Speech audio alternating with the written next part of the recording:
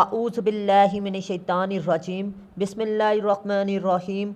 अस्सलामुअलैकुम dear students, आज की इस इम्पोर्टेंट वीडियो में मैं आपको यूजेस ऑफ नॉन और इसके अलावा uses of phrases paid session के एक टीचर का लेक्चर आपको इस वीडियो में दिखाऊंगा। तो काइंडली आपने इस वीडियो को लाजमी आखिर तक वॉच करना है।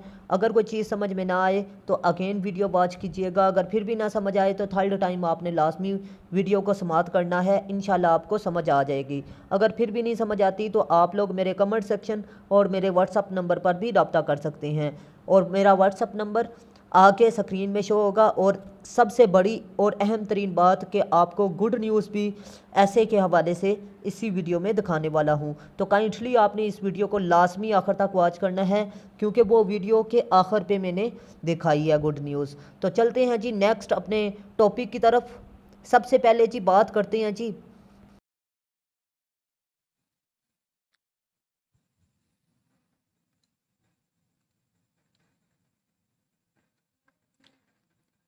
हेलो, अस्सलाम वालेकुम। आज हमारा लेक्चर नंबर थर्ड है। हमारा लेक्चर नंबर 2 तक हमने कंप्लीट कर लिया था। लेक्चर नंबर 1 में इंट्रो था सारे पार्ट्स ऑफ स्पीच का, और हमने ये देखा था कि कॉम्पिटिटिव एग्जाम्स के लिए हम इंग्लिश को एज अ लैंग्वेज पढ़ते हैं, एज अ सब्जेक्ट नहीं पढ़ते हैं कॉम्पिटिटिव एग्जाम्स के लिए। उसके बाद मैंने शॉर्ट इंट्रोडक्शन दिया था सारे पार्ट्स ऑफ स्पीच का, जो हमने यूज़ करने हैं नाउन टॉपिक में, नाउन चैप्टर कंप्लीट समझने के लिए। उसके बाद सेकंड लेक्चर था हमारा नाउन आइडेंटिफिकेशन पे, कि हम नाउन को आइडेंटिफिकेशन कैसे करते हैं सेंटेंस में, हमें कैसे मालूम हुआ कि नाउन कौन सा है सेंटेंस में। उसके बाद हमने सब्जेक्ट और ऑब्जेक्ट देखा था कि ऑब्जेक्ट और सब्जेक्ट कैसे पहचानते हैं अगर वो नाउन है तो, क्योंकि नाउन या प्रोनाउन जो है ना, सब्जेक्ट या ऑब्जेक्ट हमेशा नाउन या प्रोनाउन ही होते हैं।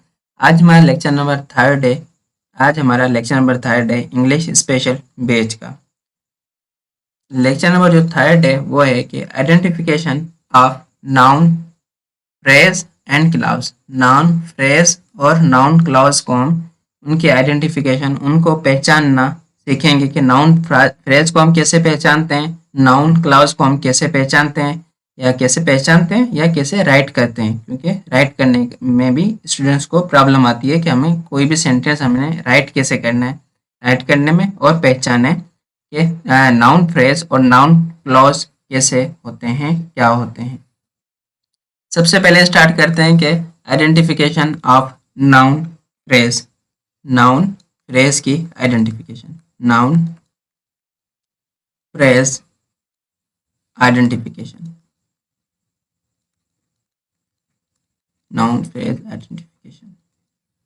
फ्रेज का मतलब होता है कि कलेक्शन ऑफ वर्ड्स। फ्रेज का क्या मतलब होता है कि कलेक्शन ऑफ वर्ड्स।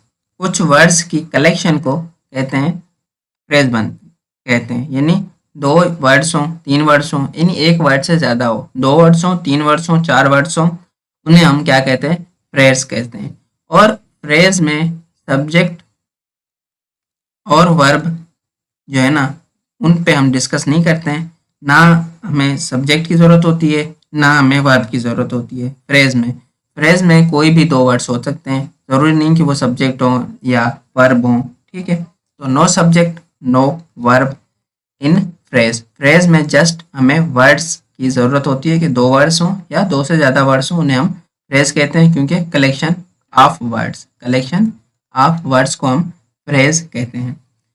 हमने स्टार्टिंग में डिस्कस किया था कि जो इंग्लिश है वो लैंग्वेज है। इंग्लिश क्या है? इंग्लिश लैंग्वेज है।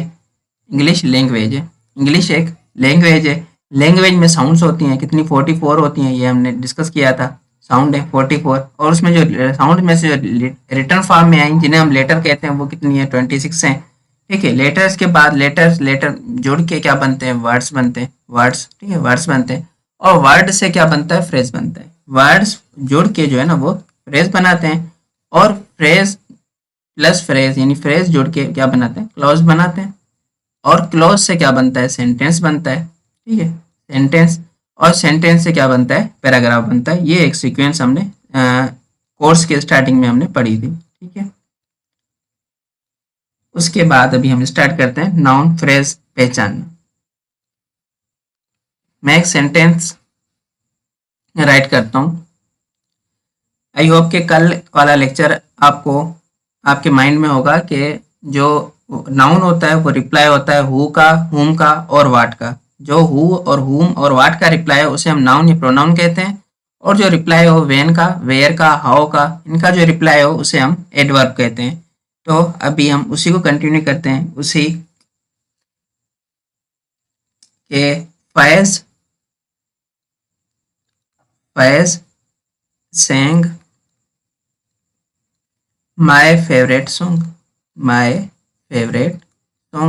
यहाँ हमने कल जो है लास्ट लेक्चर में हमने यहाँ तक कंप्लीट किया था। Faiz sang my favourite song, Faiz ने गाया मेरा जो पसंदीदा सॉन्ग था। अब हम ब्रेक डाउन करते हैं सेंटेंस को। फैज क्या है? नाउन है, एज अ सब्जेक्ट यूज हुआ है, ठीक है, नाउन है। और sang क्या है? वर्ब है। sang क्या है? वर्ब है। अभी मैं इसी सेंटेंस को लिखता हूँ कि फैज sang वाट। फैज sang वाट, फैज ने क्या गाया था? फैज sang वाट। ओके, के फैज ने क्या गाया था? वाट।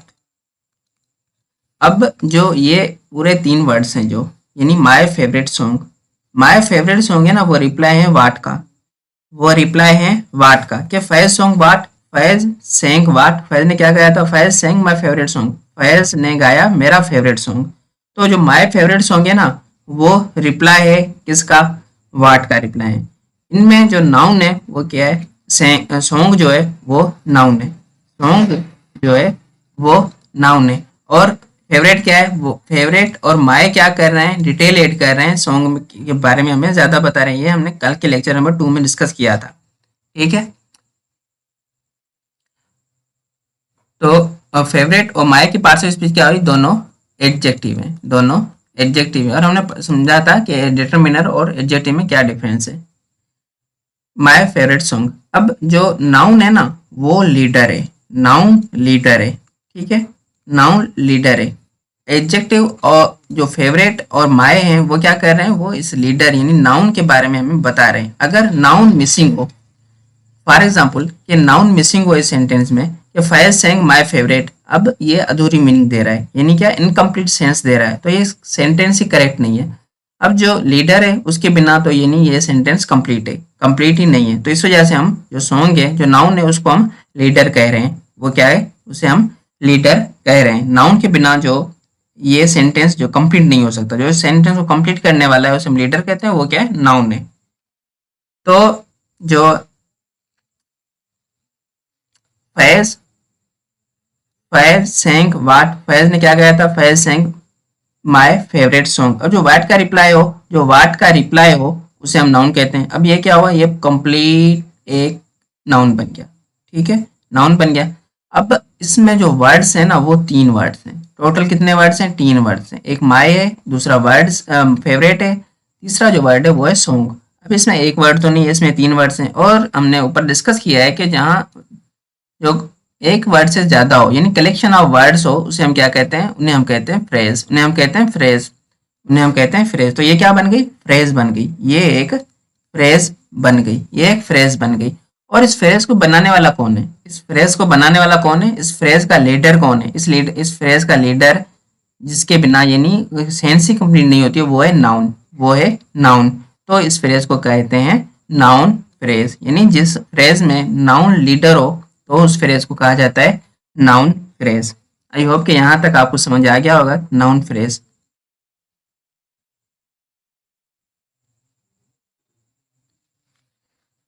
एक और एग्जांपल में लिख देता हूं कि Ali bought a decent black shirt, decent black shirt. अब जो शर्ट है वो क्या है? नाउन है। ब्लैक और डिसेंट क्या कर रहे हैं? नाउन में डिटेल ऐड कर रहे हैं कि शर्ट के बारे में बता रहे हैं कि शर्ट तो है, शर्ट कैसी है? शर्ट एक तो कलर उसका ब्लैक है और डिसेंट है, ठीक है। हमें नाउन के बारे में यानी शर्ट के बारे में ज्यादा बता रहे हैं। और जो नाउन के बारे में ज्यादा बता है उन्हें हम क्या कहते हैं? एडजेक्टिव कहते हैं, ठीक है। तो डिसेंट और ब्लैक क्या हुए? एडजेक्टिव है, दोनों क्या हुए? एडजेक्टिव हुए। अली बाउट, मैं इस सेंटेंस को लिखता हूँ कि अली अबाउट व्हाट, अली अली ने क्या खरीदा था, Ali about what, Ali about what, Ali ने क्या खरीदा, अली ने ये पूरी एक डिसेंट ब्लैक शर्ट खरीदी थी। ठीक है, तो जो डिसेंट ब्लैक शर्ट है वो क्या है, रिप्लाई है वाट का, और जो वाट का रिप्लाई है उसे हम नाउन या प्रोनाउन कहते हैं। तो ये क्या हुआ, नाउन बन गया। ये क्या बन गया, नाउन बन गया, नाउन बन गया। और इसमें कितने वर्ड्स कितने आ रहे हैं, 3 वर्ड्स आ रहे हैं। एक तो डिसेंट है, दूसरा ब्लैक है, तीसरा शर्ट है। ये 3 वर्ड्स बन के जो है रिप्लाई बन रहे हैं किसका, वाट का। तो और इनमें जो लीडर है वो कौन है, वो शर्ट है। शर्ट के बिना सेंस ही कंप्लीट नहीं है, तो शर्ट जो लीडर है, लीडर है। जो 3 वर्ड्स हैं इन्हें हम जो वर्ड्स हों यानी एक से ज्यादा वर्ड हो उन्हें हम फ्रेज कहते हैं, उन्हें हम फ्रेज कहते हैं। तो इसी के क्या बना, फ्रेज बना। और इनका लीडर कौन है, इसको बनाने वाला कौन है, फ्रेज को बनाने वाला नाउन है। तो इस वजह से ये फ्रेज क्या हुई, नाउन फ्रेज। हम इसे क्या कहते हैं, नाउन फ्रेज। अभी यहाँ तक तो आपको नाउन फ्रेज समझ आ गई होगी कि नाउन फ्रेज हम कैसे राइट करते हैं या कैसे पहचानते हैं एक सेंटेंस में, क्योंकि वो रिप्लाई होता है किसका, वाट का। नाउन जो है या प्रोनाउन जो है वो रिप्लाई होते हैं किसका, वाट का। ये हमने कल के लेक्चर में डिस्कस किया था। अभी नाउन क्लॉज की हम आइडेंटिफिकेशन देखते हैं। नाउन क्लॉज की आइडेंटिफिकेशन, कि हम नाउन क्लॉज को कैसे पहचानते हैं एक सेंटेंस में या कैसे राइट करते हैं कॉम्पिटिटिव एग्जाम्स में। नाउन क्लॉज आइडेंटिफिकेशन, पहले समझते हैं कि क्लॉज क्या है।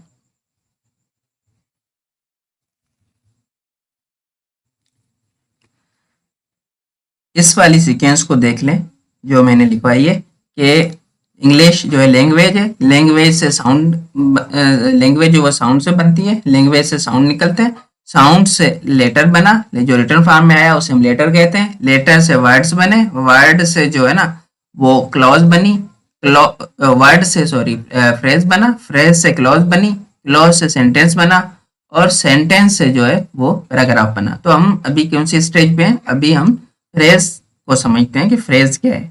ठीक है, ओ सॉरी क्लॉज क्या है, हम अभी क्लॉज समझने के। गुड न्यूज़ ये है कि अगर CSS PMS और तहसीलदार के ऐसे के हवाले से आप परेशान हैं तो परेशान होने की ज़रूरत बिल्कुल भी नहीं है, क्योंकि मैं आप लोगों के लिए डिस्क्रिप्टिव ऐसे लाया हूं। और डिस्क्रिप्टिव ऐसे आपने लिखने हैं मसाइल पर, जैसे कि वुमेन और जेंडर पर ऐसे हर साल आता है, democracy, problems of law, political polarisation पर ऐसे हर साल आता है। ये 2 थीम हो गए।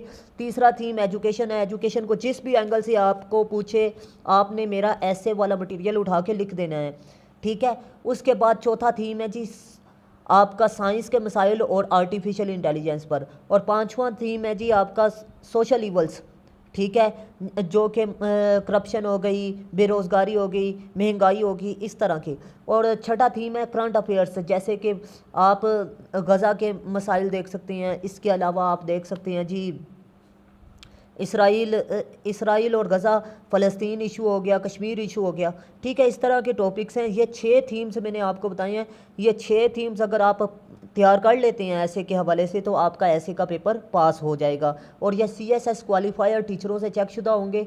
और ये मेरे नोट्स जो सी हैं आपको बता दूं कि इनमें मैं मटेरियल आपको प्रोवाइड करूंगा। मटेरियल में से आपने रेलिवेंट उठा के लिख देना है। ये नहीं कि वही सेम टू सेम आपने उठाना है, नहीं, बिल्कुल ऐसे भी नहीं। आपने सेम टू सेम नहीं लिखना, बल्कि आपने उसमें से रेलिवेंट उठा के मटेरियल लिख देना है। मतलब मैं आपको 10 सजेशंस दूंगा, उनमें से आपने रेलिवेंट 3 उठा के लिखनी है की पॉइंट में। मैंने 10 इफ़ेक्ट्स आपको देने हैं, 10 में से आपने 3 उठा के रेलिवेंट लिखने हैं। मैं आपको 10 कोशिश दूंगा, आपने रेलिवेंट 3 उठा के लिखनी है। नोट्स फ्राहम करने का हरगिज़ ये मकसद नहीं होता स्टूडेंट्स को कि पैसे हासिल किए जाएं। नोट्स का मकसद ये होता है कि स्टूडेंट्स की हेल्प की जाए। आप लोगों की मदद के लिए ये मैंने नोट्स बनाए हैं। और तकरीबन 50 से 70 किताबों का निचोड़ मैंने इन नोट्स में प्रोवाइड किया है। अपना पढ़ाने का जो तजर्बा है उसको मैंने इसमें निचोड़ के तौर पर निकाला है। गूगल का सारा निचोड़ इसी में निकाला है। आपने सिर्फ़ और सिर्फ तरतीब के साथ रेलिवेंट उठा के लिखने हैं। उसके लिए रेलिवेंट लिखने के लिए आपने मेरे टेस्ट सेशन को लाजमी ज्वाइन करना है। और इसके अलावा मैं आपको बता दूं कि इसमें आपने फैक्ट्स एंड फिगर और कोटेशन उठा के लिखनी है बस। तो मैं उम्मीद करता हूँ आप लोगों को मेरी बात अच्छे तरीके से समझ में आ चुकी होगी। वूमेन के लिए अलग से मैंने सजेशंस दिए हैं और एजुकेशन के लिए अलग से सजेशंस दी हैं, ठीक है। मतलब 6 टॉपिक्स पर मैंने अलग अलग थी जो से क्राइटेरिया हैं या डिमेंशंस हैं उनको डिस्कस किया है, उनके 10 पॉइंट बताए हैं। 10 में से आपने 3 उठा के आउटलाइन में लिखनी है, उन्हीं को तीनों को बयान करना आपने आगे। तो मैं उम्मीद करता हूँ आपको मेरी बात अच्छे तरीके से समझ में आ चुकी होगी। मतलब ये है, मैंने आपको सिर्फ और सिर्फ मटेरियल प्रोवाइड करना है। टेस्ट सेशन में आपको उस मटेरियल को हल करने का तरीकाकार बताऊंगा। तो मैं उम्मीद करता हूँ आपको मेरी बात अच्छे तरीके से समझ में आ चुकी होगी। अगर आप लोगों को मेरी बात अच्छे तरीके से समझ में आ चुकी है तो आप लोग लाजमी मेरे व्हाट्सअप नंबर या कमेंट सेक्शन पर रब्ता करें। इंशाअल्लाहुल अज़ीम आपको मुनासिब कीमत पर प्रोवाइड कर दिया जाएगा मटेरियल। आपको ये भी बता दूं कि ये मटेरियल जो है ये सर्च बेस्ड है, ये आम मटेरियल नहीं है, ठीक है। और लाखों रुपए लगा लेते हैं आप एकेडमीज़ में, फिर भी फेल हो जाते हैं सिर्फ इस वजह से मटेरियल आपका अच्छा नहीं था। तो मैं उम्मीद करता हूँ आप लोगों को मेरी बात अच्छे तरीके से समझ में आ चुकी होगी। मिलते हैं इस तरह की नेक्स्ट इन्फॉर्मेटिव वीडियो में, तब तक के लिए अपना ख़ास ख्याल रखिएगा, अपने से ज़्यादा दूसरों का। अल्लाह हाफिज़। पाकिस्तान जिंदाबाद, पाकिस्तान पाइंदाबाद।